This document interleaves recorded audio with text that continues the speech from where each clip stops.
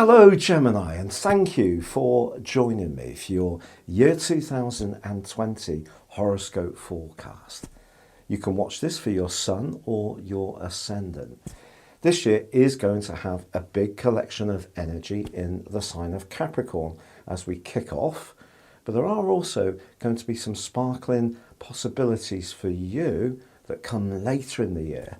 And one of the biggest of all is the fact that Venus, the planet of love and attraction, is going to be going through your zodiac sign for 4 whole months. Now, usually Venus takes 28 days to track through each sign, so this is coming about because of a retrograde.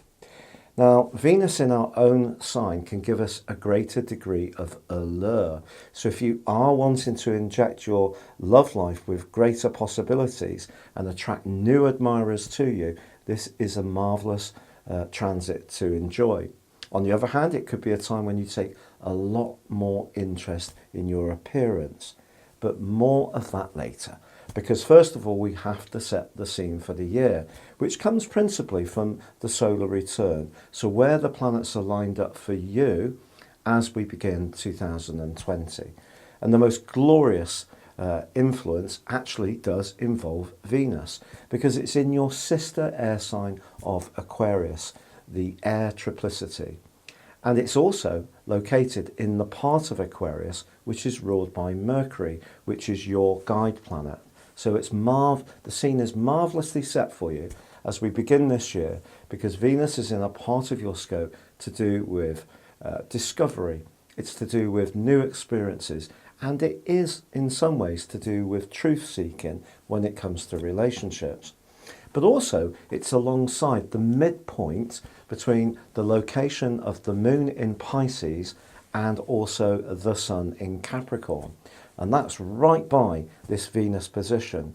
So I think that exploring this year, especially in terms of travel or new creative or perhaps artistic experiences, are going to be something that really enrich your life. But there is that continuing journey of Pluto through your sector of resources and very deep alliances. And this has been stirring up a lot of stuff, because the 8th house, as Pluto is in, is very much to do with life and death, so ends and beginnings. And there may be some situations in your life which have radically altered since 2008, and it could be because of what's happened to somebody else that you've been closely allied to. However, as we begin this year, your ruling planet Mercury is also in the same location as Pluto, the 8th solar house, but it's alongside Jupiter, the planet of opportunity, which moved into Capricorn in December last year. Now, as we begin this year, Mercury, your ruler, is also in a stunning alliance with Jupiter, the planet of growth. Jupiter moved into Capricorn in November last year. Now that's going to be a real asset to you if you're trying to improve your lot. Because if you think about it, over the last couple of years, as Saturn has been making its way through Capricorn, and it is going to continue to do so for part of this year, it has been very exacting around your resources. And there may have been times when you felt really quite under pressure in order to make things pay in quite the way you had in the past. So even if you've been used to being fabulously well off, maybe you've had to get by on a little bit less, or perhaps you really have been struggling. Now, Saturn from the middle of February this year is going to leave its conjunction, which it's broadly had with Pluto for the previous 11 months. And I think the pressure will ease. It's also going to be moving into your sister air sign of Aquarius, and that's going to give you an opportunity for about 4 months to just think more about how you can expand your world. So higher education may feature in that, or some kind of need to learn extra skills. But back to January and setting that scene. Mars, on the other hand, as you begin this year, is in a part of your horoscope which is very much to do with your routines, with how you can direct your resources in an efficient way. So that's going to help you all through 2020 to actually work very, very hard. Also, as we begin this new year, Ceres, which is an asteroid to do with nurturing, is in your 8th house. So if you really take care of the things that mean a lot to you at a very deep level, there is the chance for growth in this regard too. Now, as we begin this year, the moon is in conjunction with Neptune. So it is going to be important to be realistic about your life goals. You can be very idealistic at times on the back of this conjunction.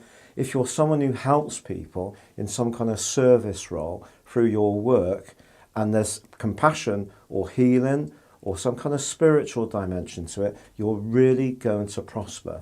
But if you work in a harsher, more real environment, it's possible that at times that could seem quite a jagged energy to the more sensitive side of your nature. So use your imagination this year, but it is going to be vital to stay very realistic. Now, because Chiron, the wounded healer, is in your sector of friendships and initially in conjunction with Black Moon Lilith as we begin the year, even though that's in retrograde, if there have been some friendships that have fractured or not been working quite as well as they could do, that also can be an area that comes under consideration right through 2020.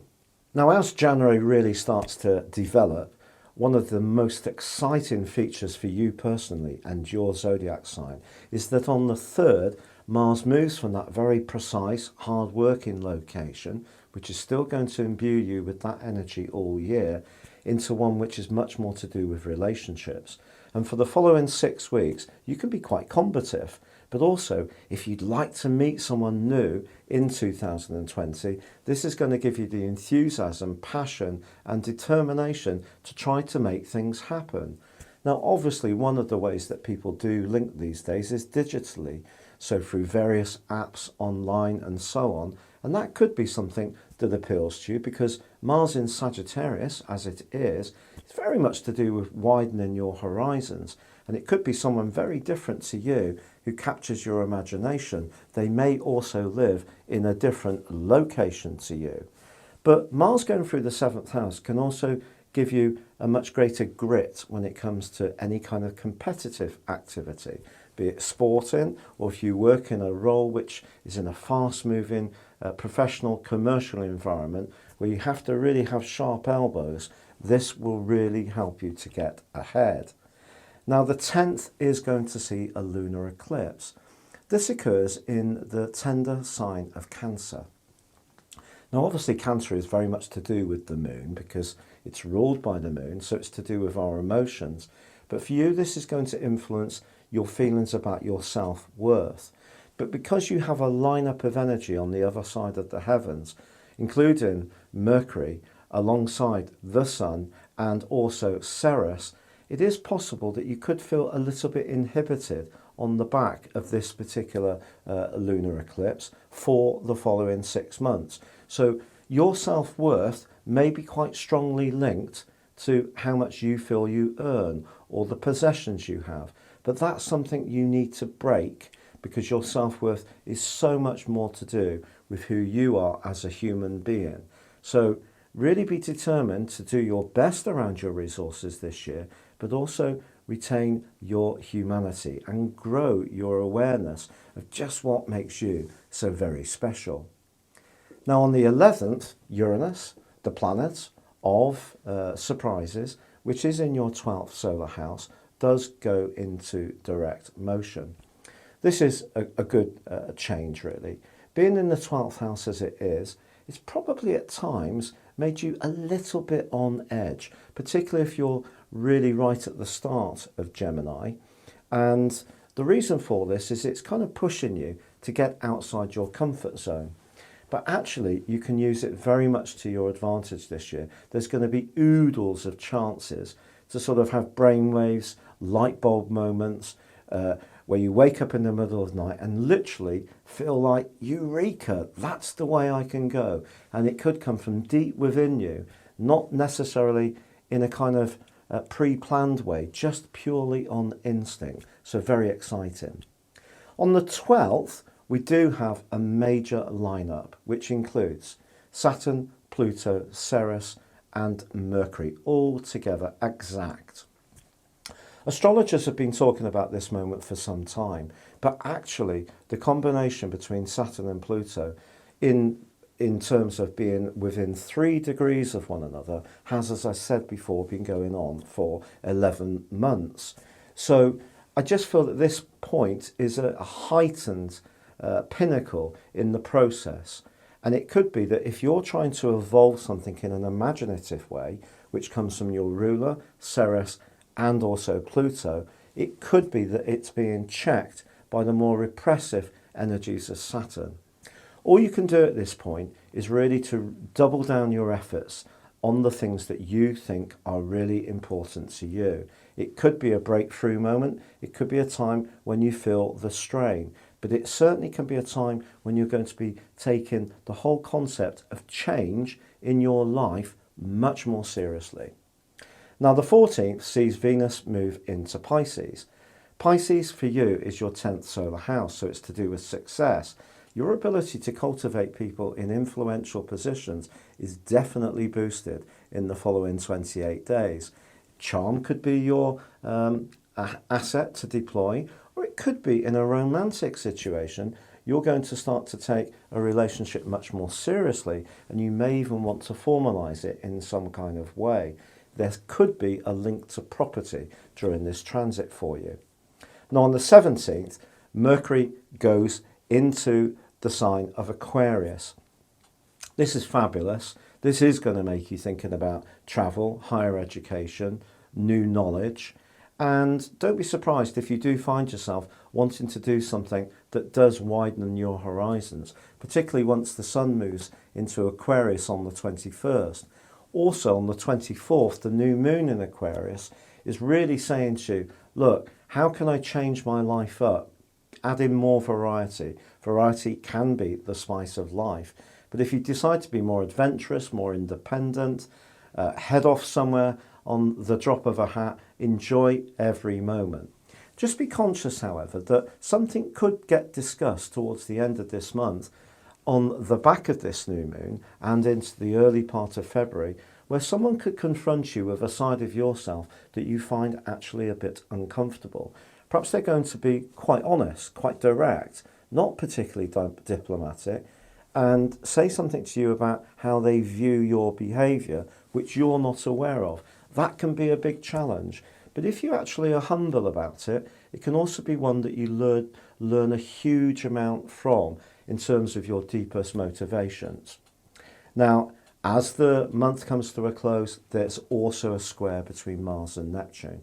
If you are applying for a job or having an interview in the last week of January, choose your words carefully, because there is the potential for us all to get caught up in promising more than we can truly deliver, or perhaps trying a bit too hard to impress, or thinking we know what someone wants from us rather than just acting naturally.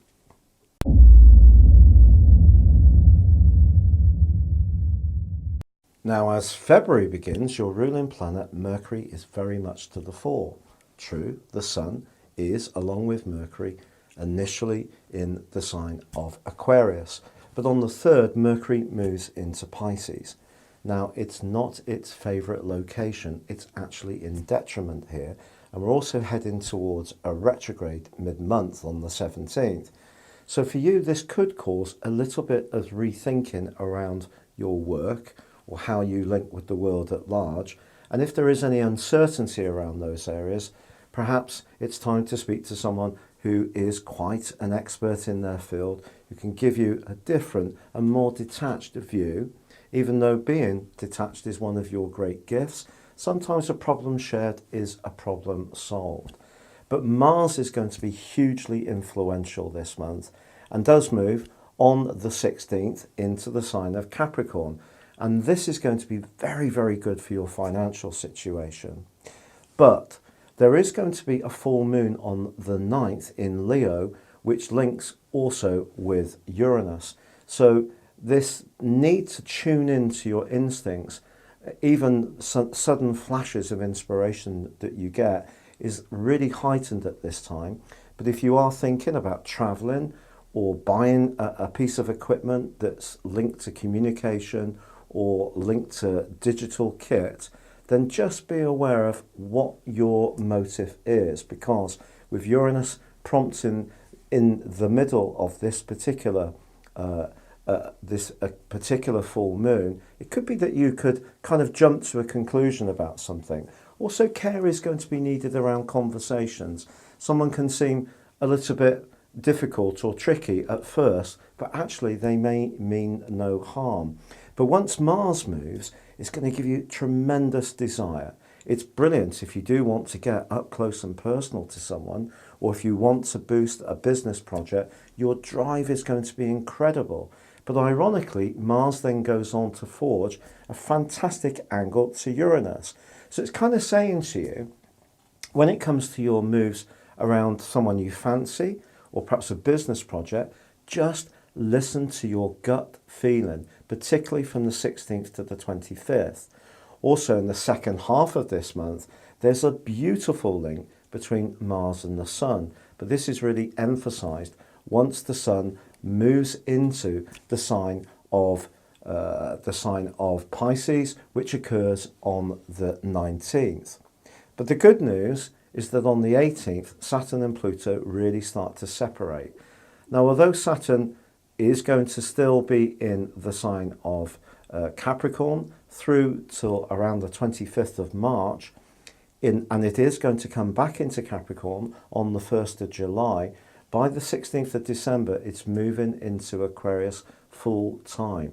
So it is getting away from this very potent, powerful, polarizing energy that's gone on between Saturn and Pluto. Now, I mentioned before about your ruler going into a retrograde and how it could be useful to talk to someone if you're not quite sure about which step to take next around the professional matter. So that's particularly true of the second half of this month. But you know, sometimes Mercury retrograde is almost overplayed. Yes, it causes niggles. Yes, things tend to go wrong. Technology tends to play up. But often it gives us an opportunity to sort out something which isn't working. So in the second half of this month, with Mars's support in such a dynamic relationship with Uranus and the Sun, if you can think big about what you want from your situation, the drive this gives you could see you actually going back to a past situation that didn't quite work out, revisiting it. It could be changing your CV, repointing your efforts in a different marketplace if you're looking for work. If you've got your own small business, it may be redoubling your efforts on something that you thought didn't quite work out, but maybe with the passing of time and extra knowledge, you can now, with Mercury's retrograde's help, actually see what you need to do to power forwards. So it's all good stuff on the whole. Now, the new moon, which occurs on the 23rd, is actually going to be linking with Black Moon Lilith, which is reversed backwards from its conjunction with Chiron at the very start of this year.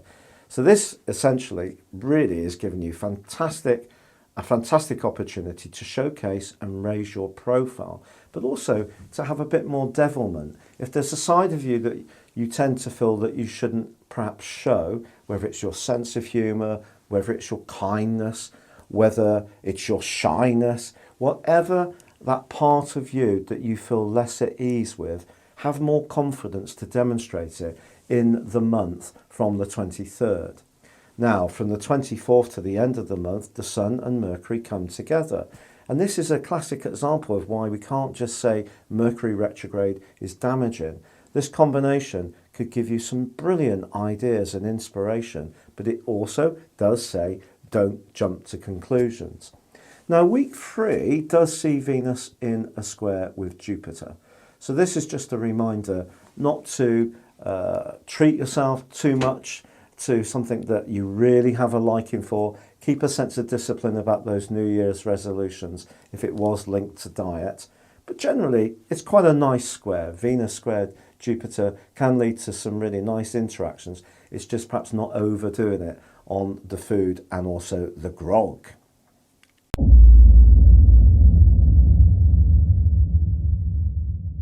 As we enter into March, so the Sun is still in the sign of Pisces, very much to do with your role in life, anything to do with responsibilities, goal setting, ambitions, property, our relationships with our parents, particularly the father. But on the 4th, Mercury rotates backwards out of the sign in its retrograde of Pisces and back into your sister air sign of Aquarius. It's possible that something linked to a business or worldly interaction may require you to travel somewhere, and it may feel that you're perhaps potentially going over old ground. But try to be philosophical about this. You've gained a lot of knowledge even since Mercury went retrograde in the middle of February, and now you can apply that in a very productive way. On the 5th of May, however, Venus does move into a part of your horoscope which is quite delicate. It could see you very reflective about relationships. If you're in a tie which isn't quite working as well as you would like, its conjunction with Uranus in the following 5 days could see you make a sudden decision to break free. This is much more likely to happen if you've met someone relatively recently and you're getting to know them more, and maybe elements of their nature that weren't quite apparent could start to leap out, and you may feel this is not for you. On the other hand, you could have a sudden desire to get in touch with someone from your past. This could lead to an impromptu gathering of old colleagues or school friends in some kind of reunion, or perhaps you're just going to delve deep within your memory and reminisce about something that was deeply personal, but also very, very sentimental. Also on the 9th, we have a full moon which occurs in Virgo, at the sign of practicality. But for you, this is about your home life. Because of the worldly interaction that the Sun and Neptune, and more recently Mercury, have been concentrating upon, along with Black Moon Lilith, now you're being just asked, is that work-life balance quite as well aligned as it could be? So some changes, some tweaks may be needed over the next couple of weeks to make sure that you are getting the rest and recuperation that's needed to really thrive in your outer roles. With Mercury going forwards on the 10th, that's something definitely to celebrate. But it's not going to be until the 29th that it emerges from shadow. It actually moves back into Pisces on the 16th. But I think in this case, it's going to give you an opportunity to really think on your feet when it comes to those big goals and ambitions that you might have. And it can be great if you are thinking about training. Some kind of professional tuition could be possible for some Gemini people at this juncture. Now, the 20th is obviously a highly important day in the astrological calendar because we come to the vernal equinox, the first point in the new astrological year. So later that day, the Sun sweeps into your 11th house of Aries, and this is super because this puts a much more sociable vibration into the back end of this month, and therefore the last 10 days of March can see you feeling much more upbeat. Also, Saturn moves on the 22nd into Aquarius, and Mars is going to be moving on the 31st into Aquarius too. Now, they're both actually going to be coming into an alliance which goes on into the first 5 days of April. So what this combination is saying to you is that when it comes to travel, if you've got a real desire to do something, if you really focus hard on it, you're going to work tremendously well and be very applied to make this dream trip happen.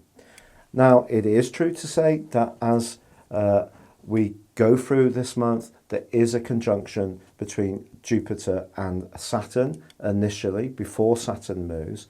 Jupiter and Saturn is kind of a bit of a contrast because Jupiter's about growth, Saturn about restriction. But I think all the hard work you've been investing over the last couple of years in being much more self-disciplined and managing your resources carefully can be rewarded as this month draws to a close.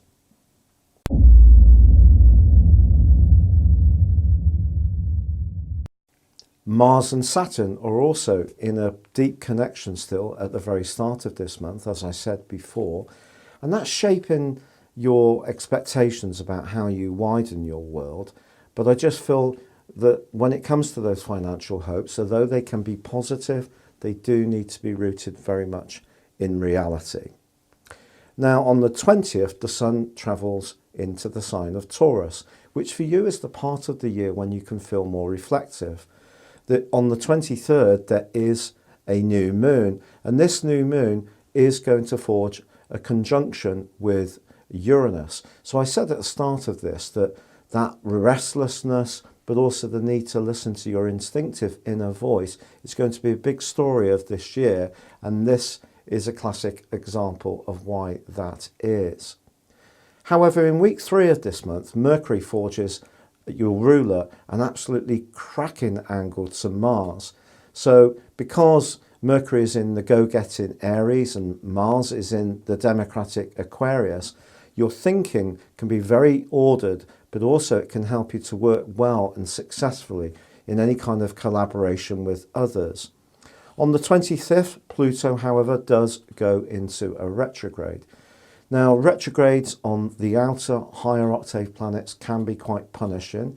If there is part of your transformation that you've been going through over the last couple of years around your resources that you need to rethink or think more carefully about, it's going to really commence at this time.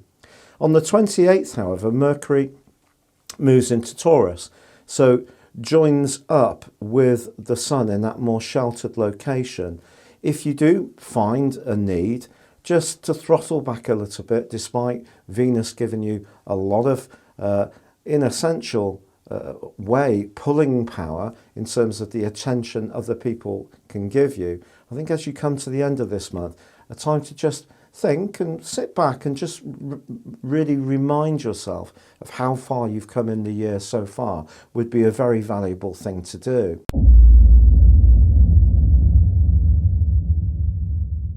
Now on the 5th of May, as we make our way into the 5th month of the year, a sensational event occurs. This isn't going to be flagged up largely, but it is hugely important. The North Node, which is like the emotional pull, the celestial emotional pull of the heavens, inverses back into your sign, and it's going to be in Gemini for the rest of this year. I think with having Venus in your sign as you start this month, this is going to provide some extra sparkle and luster, despite the fact that the Sun and initially your ruler are asking you to think more about the deeper elements of life. On the 7th, there is a full moon, and it is going to be opposite your ruler. If there is a situation in your workplace or someone around you who's not quite as trustworthy as you would like, there could be the suspicion in the back of your mind that someone's not actually being that upfront. There may be a sense that they're trying to undermine you a little bit. It's not that you're being paranoid, you're actually being probably very perceptive if you have these emotions. But the good news is that it does give you an opportunity, with the moon being opposite a very passionate full moon in Scorpio, to just try to detach yourself a little bit. So if someone is playing games, being a little bit disloyal, perhaps there's somebody at work who's criticising your performance but not coming out and telling you to your face, what you can do with Mercury's help is just step back a little bit and just try to be a bit more philosophical about it.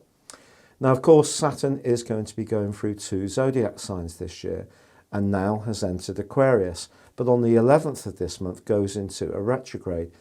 Saturn really only does nibble into Aquarius this year, and by the 17th of December moves back into Aquarius after returning to Capricorn on the 1st of July, when it is going to start to push you again to think about, in the second half of this year, marshalling those resources as effectively as possible. And that retrograde begins now on the 11th. On the 12th, however, we have probably a brilliant moment for you when Mercury arrives home in your sign. The doubts that you've been experiencing with Mercury and the Sun in the 12th house make way for a sense of renewal. You'll move into the moment a lot more. Being in the present will be easier. Some anxieties will start to drift away, which can be really helpful. Also, Mars moves into a very assertive and go-getting part of your horoscope. It goes into the sign of Pisces for 6 weeks, And this can be brilliant if you are wanting to raise your profile and be much more proactive. However, on the same day, Venus does go into a retrograde in your sign. This doesn't mean that you're going to attract bad fortune. Venus is known as the lesser benefic, whereas Jupiter the greater benefic. So Venus is very much about what we attract from others due to the glow, the inner glow that we have within ourselves, really.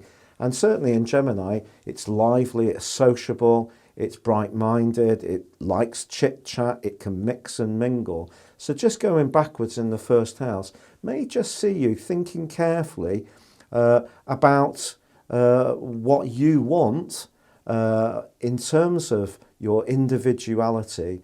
And this retrograde is going to go on through to the 13th of May. So it's a period of time when you just maybe could find some of your hopes slow down a little bit, or if you are finding that you've been attracting a lot of attention, it's probably the more sincere attraction that's going to attract you much more from this point onwards. Also on the 14th, Jupiter slams on the brakes as well. Because Jupiter is in Capricorn and obviously Venus is in your sign, we have a quincunx broadly between the two positions. So I think generally this could be a time when growth, especially to do with technology industries actually, could slow down a little bit. But on the 21st, the Sun returns to your sign, joining up with Mercury, and you can really feel a build-up of energy. It's going to be a sense of renewal, new beginnings. Your physical vitality really can be excellent. And in the second half of this month, also Mars forges a very positive angle to Uranus. So it could be that with Uranus hidden away in your 12th house, that some of your progress in the wider world with Mars now being so dominant can come from confidential discussions or a lot of research you do behind the scenes. But once you get an idea in your mind that you're pleased with, the Sun and Mercury in your sign can give you the gusto, especially on the back of the new moon, which is going to be forging a great link to Saturn to really take you forwards with a much more self-confident and self-assertive vibe, even if you're still trying to work out at a more personal level what all this means for you. Now on the 29th of May, Mercury, your ruler, moved into Cancer, the successive sign to yours. Here it's asking you to think carefully about resources. And it can be a great asset because Cancer people and Cancerians actually are extremely shrewd at marshalling resources very carefully and astutely. But Mercury can be affected by the more watery elements of Cancer, and that's going to be accentuated by the middle of this month, June, when on the 18th, Mercury slams on the brakes and goes into a retrograde. Now, I just feel that if someone does owe you some money, you need to push just before then to make sure that you get it in. If you are working on any kind of contractual situation where you're exchanging things to do with finance, then really be very careful about the small print. Now, as I'm often saying, Mercury retrograde does provide opportunities. So it can be a time when you can rethink your approach to resources. But I think generally speaking, precision and care around resources in the second half of this month is absolutely essential.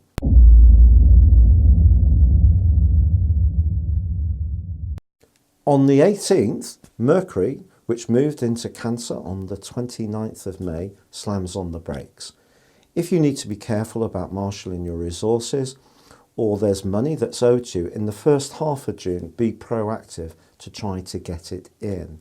However, Mercury retrograde in this area could also be an opportunity to rethink some of your strategies and improve things. The 21st, however, sees the Sun move into Cancer, but also we have an annular solar eclipse, also in Cancer, but it's forging a quincunx with Saturn. So how do we rationalise this? Well, Saturn is at this point in Aquarius. So Aquarius is very logical, Cancer is very much about emotion. So I think essentially what's being asked of us and asked of you is when you're thinking about marshalling your resources, which Cancer is very much about for you, think also about your long-term future.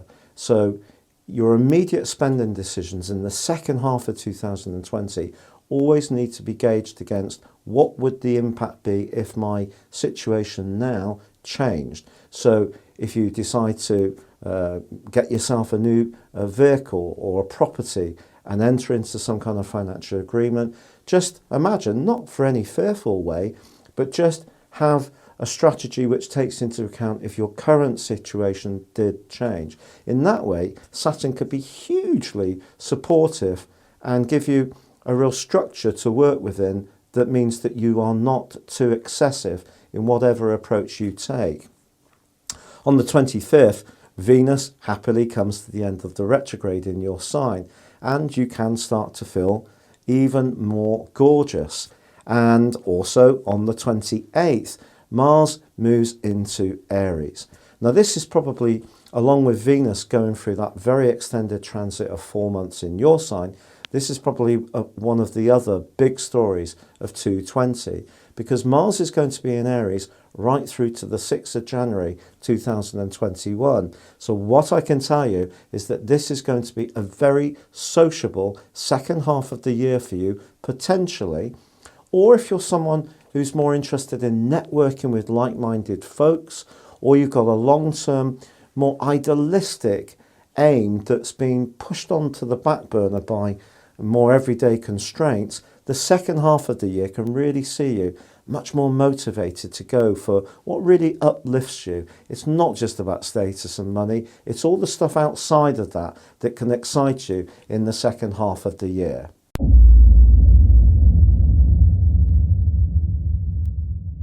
Now, as we enter into July, so Saturn, as I primed before, returns into Capricorn through to the 16th of December.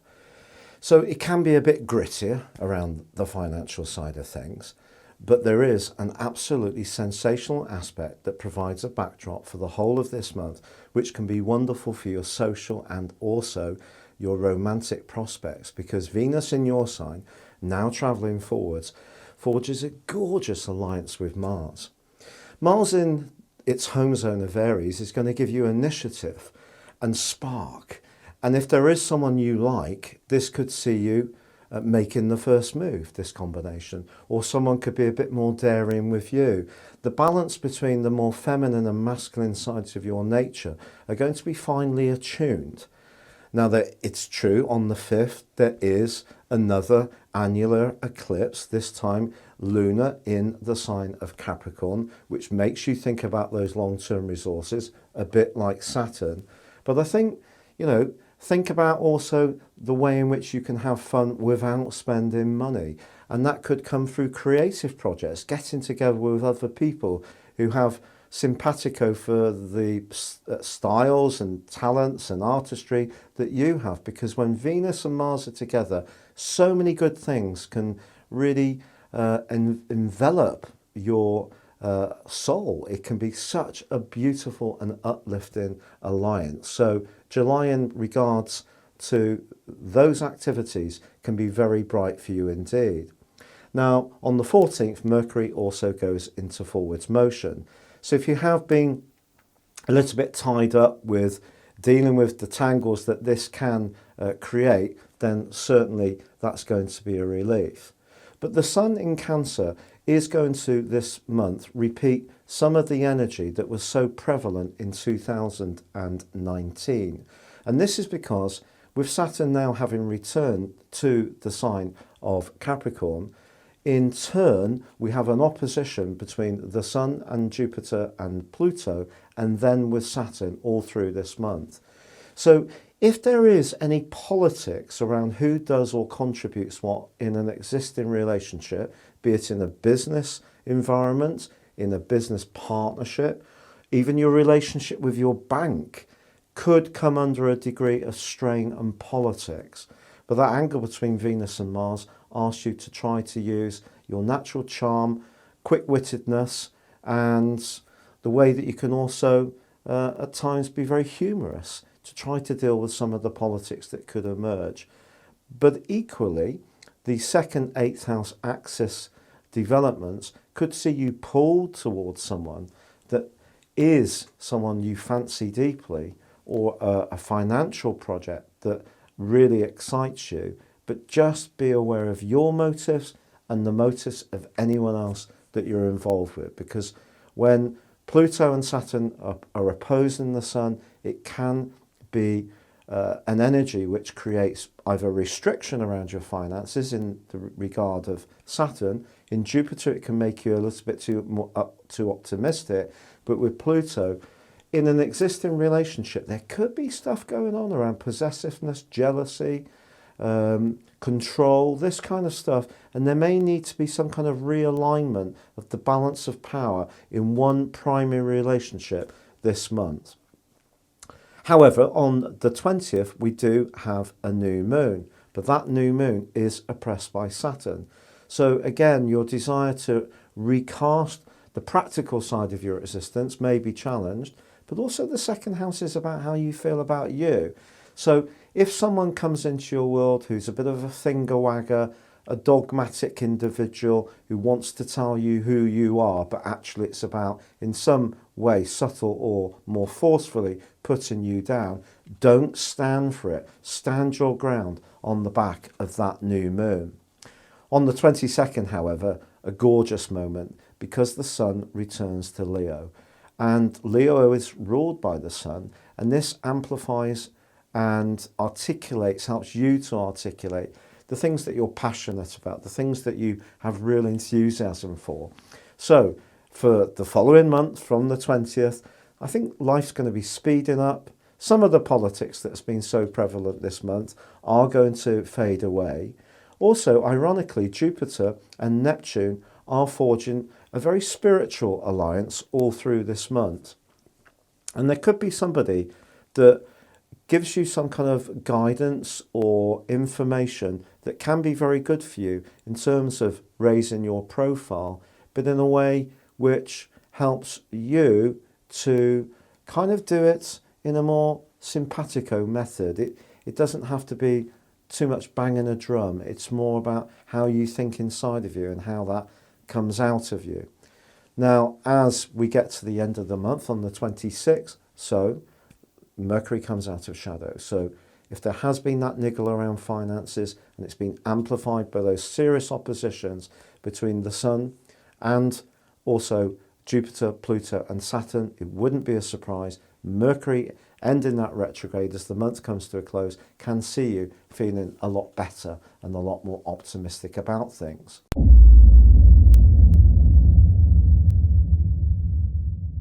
As you enter into August, the two big moon movements this month are emphasising the energy of the new moon of Leo, but the full moon of Aquarius. And that full moon comes quite quickly in August on the 3rd, and it's going to be squaring up to Uranus.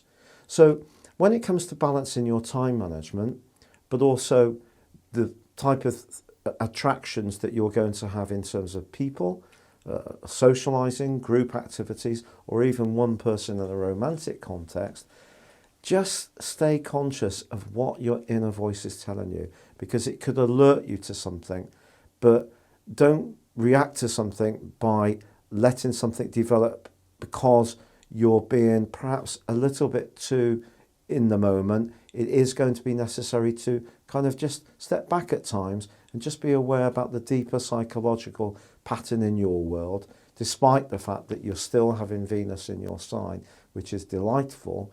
And there can be a lot of attraction coming your way. Leo is brilliant energy, but you can't please all the people all the time, and someone may surprise you with an angle they've got. Could be some jealousy as well, I feel. Now on the 5th, Mercury makes its way into Leo, another thing to celebrate, because this has kind of got a Gemini type energy, the 3rd house, and your mind and wits will speed up even further. Can anyone keep up with you? Well, maybe, maybe not. But in the first 10 days of August, Jupiter and Mars are in a square. So it is going to be important to, again, understand how to balance risk against reward. because there are going to be times this year, with Mars being in your 11th house, that you do want to be bolder. Why not? But it's all about calculating it, and I think that's going to be important. Now, there is also, from the 5th through to the 23rd, a mighty clash between Mars and Pluto. This is a bit more serious than Mars and Jupiter, quite frankly. It's possible that someone could employ the dark arts, some kind of coercion or leverage on you.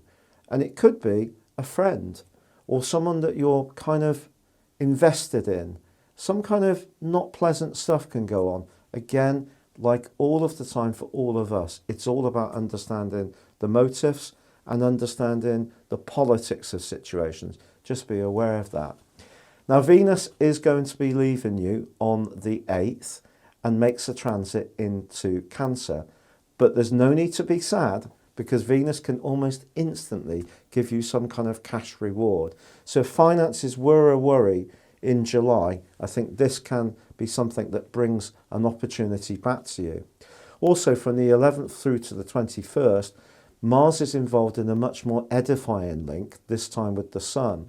So Mars in Aries, if you think about it, its home zone, the Sun in Leo, its home zone, in a trine. It doesn't get much better than this if you want to feel more energized, upbeat and enthusiastic. So from the 11th through to the 21st, as long as you're not going into situations too gun-ho, I think it can be very progressive. Now, on the 15th, Uranus does go into a retrograde. Uranus, over the next 6.5 years from this point, is going to be, at times, a bit of a thorn in your side, as well as an asset to you, Gemini, because it is in your sector of secrets, hidden enemies, and also the subconscious. So Uranus going into retrograde here is just asking you to keep abreast of your issues around freedom, independence, commitment. But I think it's not going to be a very marked influence at this stage. It more comes into play because it is connecting with these series of moon phases. On the 19th, however, the new moon, which occurs in Leo, is absolutely cracking because it's going to be embracing that energy from Mars. So we get the Sun and the Moon together in Leo. It really doesn't get any better for you to articulate your ideas, feel upbeat, feel enthusiastic, but link with others. This would be a tremendous period of time for the following month for you to get together with your favourite group of people and do something lively, sociable, entertaining, free-spirited. Wonderful. On the 20th, however, Mercury, which governs your sign, of course, but also Virgo, moves into the sign of Virgo. And here it's about precision. Whereas with you, it's ideas, fun, quick-wittedness, a dexterity, a speediness. I have Mercury in the 3rd house, which is very Gemini. So Mercury moving into Virgo is very much about the precision, the detail, the small picture. It's not so much about amusing people, it's more about providing services, being dialed into the nitty-gritty. So it's at home here, and it's joined by the Sun on the 23rd. So I do feel that last phase of this month can see you slowing down a little bit perhaps, or if you are having those livelier times, you're going to want to invite people around to your home and spoil them rotten by playing Mine Host. There is also, as this month comes to a close in the last 2 weeks, Mars does buttress up against Saturn. So the desire to be sociable against understanding issues of control, repression, limitation. So again, it's just saying factor in the cost. Be aware of your values. Don't bend over backwards to please anyone where it doesn't feel right. However, Venus does forge an opposition with Pluto as this month draws to a close, and you could have a huge desire to buy something expensive or a huge crush on someone who enters your circle. This person could have a mesmeric, almost intense vibe, but they could make your pulse race. But whatever you're drawn to as August comes to a close, make sure it's really good for you.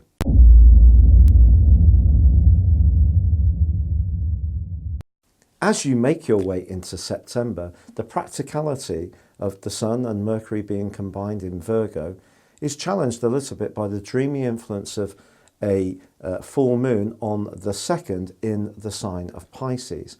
But as I say, moon phases this year keep seeming to hit on Uranus, and this one's no different. So I think for you, it's about work-life balance for the following 2 weeks, but a delightful change on the 6th sees your ruler Mercury move into a more playful, sociable and outgoing part of your scope, and on the same day, Venus moves into the glorious Leo. Your words will take on greater allure, attractiveness, and the two are broadly cooperating for the rest of the month. However, it is true that on the 9th, Mars slams on the brakes in Aries, and because of that, and because the opposition with Mercury along the 5th, 11th axes of your situation, just suggests being conscious of friendships, keeping everyone in the loop that's really important to you, not thinking too quickly and gushing something out when it perhaps deserves a bit more reflection. The 13th, Jupiter ends that retrograde. This is very good if you work for yourself or you have your own business. Very good indeed. However, the 16th does see a square start to develop between Mercury and Pluto. Now again, this is an angle that has happened last year, and for you it's 5th, 8th. So it's to do with being calculated. You may find that where you're being self-expressive and enjoying the moment, someone may be watching and not really getting it or liking it. Someone could also be a bit dogmatic that you encounter. Now on the 23rd, the Sun travels into the sign of Libra, the 7th solar house of the Zodiac, and for you the 5th. So this is going to join up with Mercury, and therefore it's going to give you more outgoingness, more liveliness, more extroversion, more sense of fun. You want to enjoy the good things in life. But Mercury then moves on the 27th into the deep and passionate Scorpio, and on the 29th, Saturn ends its retrograde, which is interesting because it starts creeping forwards now. And as I said before, on the 17th of December, we'll move into Aquarius. But all month, Mars is going to be squaring up with Saturn. So this issue of Mars going into a retrograde, being briefly opposite Mercury, but being square Saturn all month, could create some frustrations if some of your long-term hopes, particularly around finance or a business idea, or just feeling a sense of self-worth in the wider world, there could be a sense of frustration at times.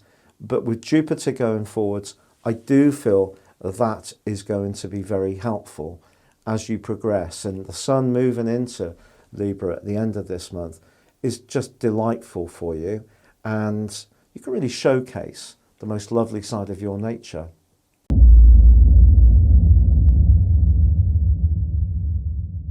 Now, as you make your way into October, there is a very rare celestial event, a blue moon. So on the first day of the month, we have a full moon in the sign of Aries, and in the 31st day, we have a full moon in Taurus. Now, this hasn't happened since March 2018. These are not seasonal full moons. This is a proper blue moon. So as you start this month, it is asking you to think carefully about how you balance the more social elements of your situation and the needs of other people collectively with the needs of you, the individual. But by the 3rd, Venus does move for you actually into a more subdued location. So the playfulness that was there with its alliance last month with Mercury makes way for a need for a little bit more of a cozy environment. You may find yourself doing some decluttering, some decorating. If you're in the southern hemisphere, this can be a great time to be opening up your garden and thinking, wonderful, the new weather's coming. If you're in the northern, it's probably going to be about new furnishings potentially, even preparing for people that may be visiting over the festivities. So it's a time of contemplation with Venus, but the Sun still is very playful. So If you want to find the combination between the two, it may be by, again, playing host. Now, from the 8th to the 21st, the Sun in Libra is going to follow a pattern of going into a right angle with Jupiter, Pluto and Saturn. And of course this happened in July in terms of the Sun when it was going through Cancer as it went into oppositions. It's kind of similar energy in a way, but it's different for you in the sense that that was very much about resources. This is much more about where you can be truly yourself. And that could be tested by some politics and some situations where you would really wish they would work out, potentially romantically, or in terms of being more speculative, might not be the right situations for you. So some care is going to be needed through this month from the 8th to the 21st. The 14th, however, sees Mercury go into the third of its retrogrades, this time in Scorpio. Now, Mercury in Scorpio, I rather like. Imagine someone who's a forensic detective, or somebody who works in the investigational side of the science around crime, or someone who works in finance, or someone who has a deep love of the mysteries, the esoteric mysteries, which may be a lot of us collectively. But Mercury going into retrograde here for you is very much about the detail of your life, practicalities. So you really need to be on the ball and marshalling each individual task or chore that you do in a very precise and finite way. On the 16th, however, we have the new moon in Libra, which ordinarily would be glorious for you in terms of romantic desire and hopes, playfulness, your children's activities, well enhanced. But this is clashing with Pluto and Saturn. Although they're not conjunct, the stretch between the two from the new moon, means that they are going to be influenced. And Libran energy very much is about balance. Capricorn energy is about essentially the orthodox, the well-established, the status quo. And in your situation, it's 5th, 8th house access. So much more to do with passions, but that Libran energy is still there. So it could be you're going to encounter someone who's a bit of a stickler and crushes your passion because they want it their way. So just watch out for that. However, from the 18th to the 24th, Venus, ironically, does forge a beautiful trine with Pluto. So if you did want to make a move into a new property or buy somewhere or start to renovate it, that would be a fantastic opportunity for you personally. Venus trine Pluto can make us more conscious of who we really love, but for you, it's activating the 4th and the 8th house. So great for where you live, how you live, and who with. The 23rd sees the Sun make its way into Scorpio.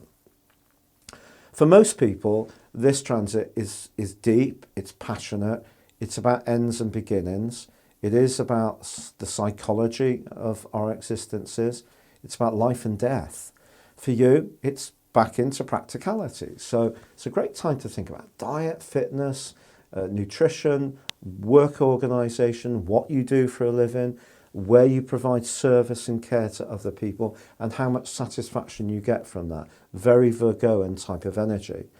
But on the 28th, Mercury rewinds back into Libra. So if there is an issue, especially around a creative project where you're trying to get it together, but it's not quite falling into place, I think you'll get clarity towards the end of this month, because on the same day, Venus does move into Libra, which is one of its best transits of the whole year for you, ordinarily, apart from this year, because you've got that extraordinary 4-month transit of Venus through your sign.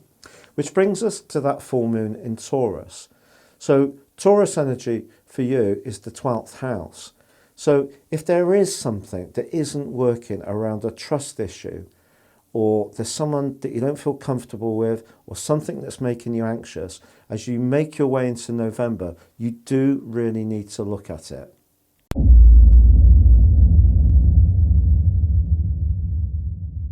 On the 3rd of November, Mercury, your ruler, goes forwards in the sign of Libra, where Venus is, which is very much to do with showcasing your talents, your skills, your enthusiasm, your personality. But there's no doubting that the Sun is in the more practical sign of Scorpio, at least for you, asking you to get beneath the surface, to find ways in which you can improve the structures in your situation, your health, diet, fitness, and life organisation. On the 11th, Mercury does, however, move forwards and go into Scorpio, joining with the Sun. This really asks you to grapple with details, the nitty-gritty, to not take things too much at face value, to make sure that you've got a firm grip on what's going on.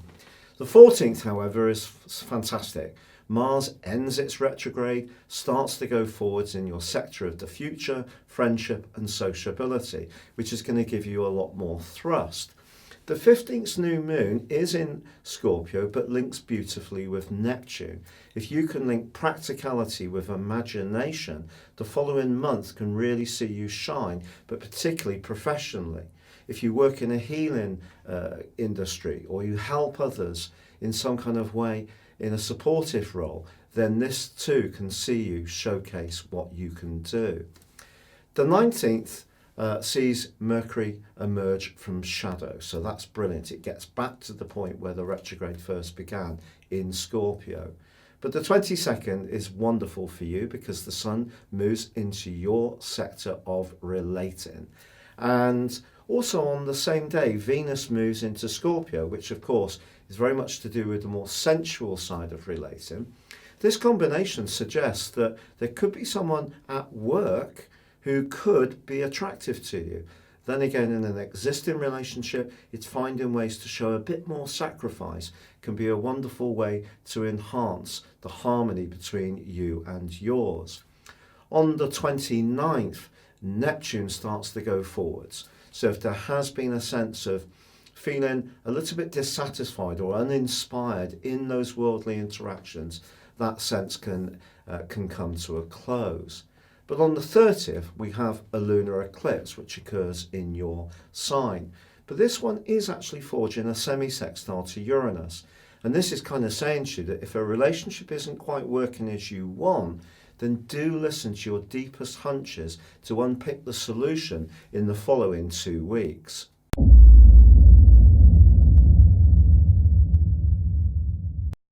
Now, the 11th of the month sees Mercury return back into Scorpio. So if there has been a niggling little issue that's not quite been working, I think you can resolve it then. It's actually going to come out of shadow on the 19th. So by the middle of this month, things are speeding up, not least on the 14th, because Mars goes into forward motion too. So you can start to feel in the last 6 weeks of this year a lot more optimistic, I think, about what you can achieve. Because Mars dragging backwards here hasn't been absolutely cataclysmic, but it has had some inhibitions in its right angle with obviously the big hitters in the sign of Capricorn. However, the new moon, which occurs on the 15th in Scorpio, is gorgeous. It forges a beautiful link to Neptune. This can be fantastic for you right through to the middle of December if you can really listen to your hunches and embrace your imagination when it comes to your career. Your eye for the detail of situations, but also your self-expression can really bring something to life in a very visual way that people can be impressed by. The 22nd, however, sees the Sun move into your opposite sign, the sign of Sagittarius. On the same day, Venus moves into Scorpio, which is a very sultry location to say the least. If you're single, this combination could see you drawn towards someone you work with into the early part of December. Stay attuned. Also, it could be in a very practical location that you start chatting to someone new, the supermarket queue, on the train platform, at the gym, this kind of stuff. Keep an open mind. On the 29th, Neptune goes forwards, which is good, because Neptune dragging backwards in your 10th solar house off and on, about 5 months of each year since 2012, may have continually inspired you around your career and disappointed you. And if you think back over that time, you'll know what I'm saying. However, as the month comes to a close, we do have another annular lunar eclipse. But this one forges a link with a semi-sextile with Uranus. So this one, in fact, is in your sign. So again, you can embrace the individuality of Uranus. It just may surprise you how. But I think this is essentially about relationships. So if you're happy in a relationship, it won't be affected by this. Someone actually may surprise you by some kind of gesture which is beautiful. If you're not so sure, this could be where the surprise comes in a less helpful way, which takes us into December, when there's going to be the most amazing solar eclipse at the heart of the month, which is going to be wonderful for you because it also links with Mars. And with on the 2nd of December, Mercury, your ruler, going into the sign of Sagittarius, where it is in detriment, but I always feel that this is a little bit overplayed. It's because it's opposite to your position and squares up to Virgo, which Mercury also rules. But you're all mutable, and Sagittarius is very much about enthusiasm, so is your sign. There's a lot of mutuality here. So this is one of the softer anti-positions, if you like, in my humble opinion. And it's going to open up the lines of communication. It can give you a chance to connect, to chatter, to understand how someone else feels in a detached way. And that amazing total solar eclipse on the 14th forges an amazing link with Mars. And that is going to propel you into 2021 for the first 5 months of that year in fantastic shape. So it's really powerful. It's very motivated. It's very much about your ability to get on with people, but really bond in with people in a collective way and work collaboratively. So it could be fabulously important for an individual, but also collective or friend relationship. The 16th also sees Venus move into your opposite sign. How good is this? Absolutely fantastic. So lots of lovely mood music when it comes to relating sweetly. And then Saturn, 17th, into Aquarius. 20th, Jupiter into the sign of Aquarius, your sister air triplicity. This is all much lighter stuff than you've been going through over the last couple of years, Gemini. And it is true, the Sun and Mercury move into the deep, for you, 8th house on the 21st, but the Sun always does. And you could have, even at this late phase of the year, a brilliant idea about marshalling your resources. It may be challenged a little bit by the full moon on the 30th of December, which brings the curtain down on this year. But you can see that there is so much to really look forward to for December for this year, and how that solar eclipse is going to launch you into the following year. It's been an enormous pleasure being with you. It's such a buzz to tell you about Venus's transit, about Jupiter and Pluto working collaboratively, about Mars being in a hot location socially for the last half of this year. There's so much to like. Yes, there's still going to be some politics around your resources and long-term finances and business. And maybe you are going to root out some surprise people this year with Uranus in your 12th house, but only for your greater good.